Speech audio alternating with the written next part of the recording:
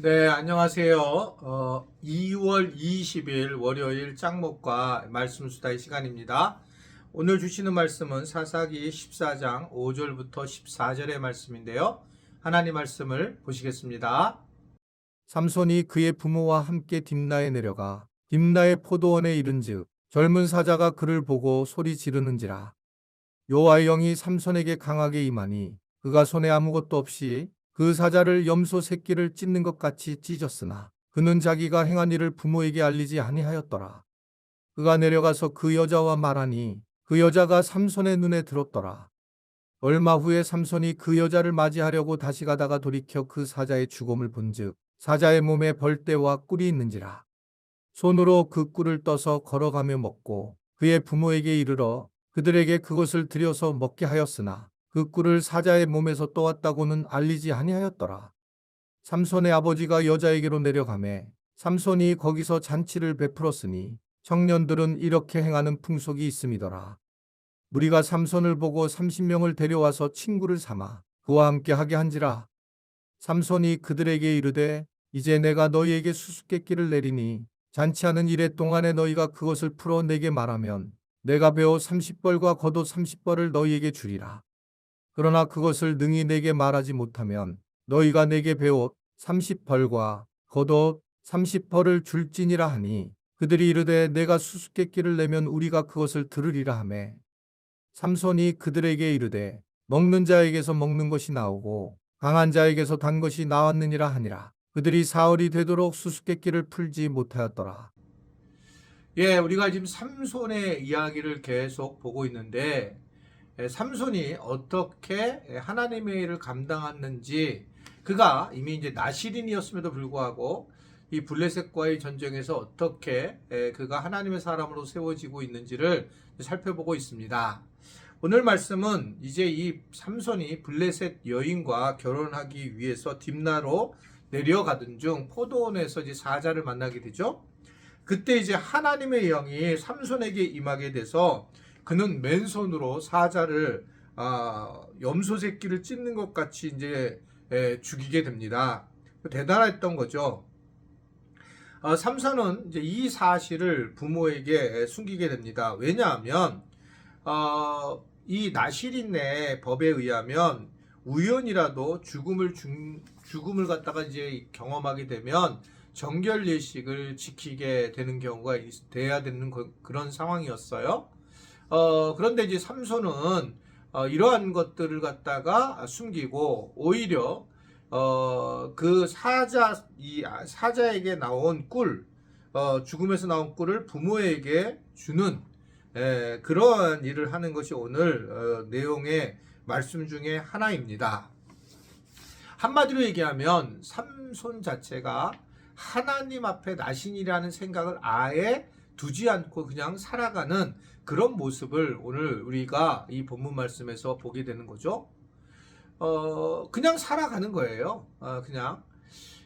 근데 이 문제는 뭐냐 하면 이게 이제 처음에 그냥 이런 정체성을 모르고 살아가는 게 단순한 것처럼 보이지만 그냥 이게 쉽게 그냥 어떻게 생각하면 나시린이 한 말을 갖다가 거짓말을 하면서 이제 출발을 하게 되고, 그리고 이제 실질적으로 죄가 점진적으로 진보하면서 발전을 하면서 죽음에 대한 이야기도 하지 않고 손을 만졌다는 거를, 또 더 나아가서는 거기에서 나온 꿀을 갖다가 부모에게 드리는 그런 죄의 확장성에 대한 말씀을 오늘 우리는 성경을 통해서 보게 됩니다. 죄는 확장이 되고 전염이 되는 거죠. 그래서 시간이 지나면 죄를 죄로 여기지 않고 죄를 잘 알 수 없는 것이 우리의 모습이라는 겁니다. 그러다 보니까 이 죄에 대한 부분들을 자기가 죄인으로 고백하는 것이 아니라 대체적으로는 다른 사람이 문제라고 하고 책임을 전가하면서 자기의 죄에 대한 부분에 대해서는 우리가 스스로 맞닥뜨리지 못하는, 그래서 해결할 수 없는 상황으로 갈 때가 굉장히 많이 있습니다. 우리는 요 죄만 범하게 되면 그 다음 죄는 안 질 것처럼 보이지만 죄라는 것은 확장되고 전염된다는 걸 기억해야 돼요. 확장성과 전염성. 즉 내가 지은 죄가 한 단계 삼손처럼 더 확장이 되는 과정이 되고, 그런 남들이 보게 되면 이해가 되지 못하는 그런 죄를 범하게 되고요. 또 이 죄라고 하는 것은 주변 사람에게 전염을 시키고 또 나도 전염이 되는 그런 상황이 되는 걸 볼 수 있습니다. 뭐 어떻든 여러분들이 친구를 어떤 사람을 친구로 두느냐가 굉장히 중요한데 누구를 많이 만나느냐가 굉장히 중요한데 그 이유는 죄의 저면성 때문에 그래요. 세상에 안 믿는 사람들 중에 좋은 분들 많지만 만약에 가치를 가지고 그러니까 정체성의 가치에 대해서 생각을 안 하고 살아가는 분들을 만나게 되면 이분들은 뭐 어떤 좋은 명품을 입었는지가 중심이 되고 어떤 아파트로 갔는지 아이들이 어떤 학원에 다니고 어떤 학교에 갔는지가 이 중심이 되는 걸 볼 수가 있습니다. 저희가 이제 명절 때 되면 이제 우리 장모님을 뵈러 가는데 장모님을 뵈러 갈 때 항상 갈등하는 게 있어요. 왜냐하면 우리 장모님이 좋아하시는 것은 이게 무슨 국, 뭐 찌개 이런 종류의 특히 이제 탕을 좋아하셔요. 그래서 이제 얼마 전에도 이제 우리 갈비탕을 이제 먹으러 대접해드리러 가려고 했는데 그때마다 우리가 갈등하는 게 뭐냐면 어머니는 우리랑 갈비탕 먹은 얘기보다 더 중요한 것은 그 지역에 있는 주변 사람들에게 이야기할 거리를 줘야 되는 거예요. 왜냐면 그분들끼리의 대화가 이번에 자녀들이 와서 뭘 사줬느냐 이런 거가 중요한 대화거리가 되기 때문에 그래도 어머니한테 이제 그렇게 해드린다고 생각해 놓고 갔지만 결국 어머니에게 맞춰드려야 되는 상황이 되기 때문에 때로는 이제 그렇지 못하고 고기를 사야 되는 거고 먹어야 되는 그런 경우들이 있는 게 사실입니다. 세상 사람들은 가치를 그렇게 두고 있으니까 그러는 거죠. 그러니까 이제 이게 뭐 가벼운 얘기일 수 있을지 모르지만 우리가 그리스도인으로서 정체성을 잃어버리게 되면 세상 사람과도 똑같고 죄가 전염이 되고 확장이 되면서 잘 모르게 우리가 죄에 빠져 지내는 경우가 많이 있음을 고백을 하는 거죠. 삼손은 여하튼 이러한 어떤 죄성을 가지고 정체성을 잘 이해를 못하다가 오늘 보면 딥나의 그 아버지를 비롯해서 딥나에 초청한 뒤 잔치를 베풀게 되는데 이 잔치를 베풀 때 본 모습이 나와요. 10절 뒷부분을 보면 삼손이 거기서 잔치를 베풀었으니 뭐라고 그러냐면 청년들이 이렇게 행하는 풍속이 있었다는 겁니다.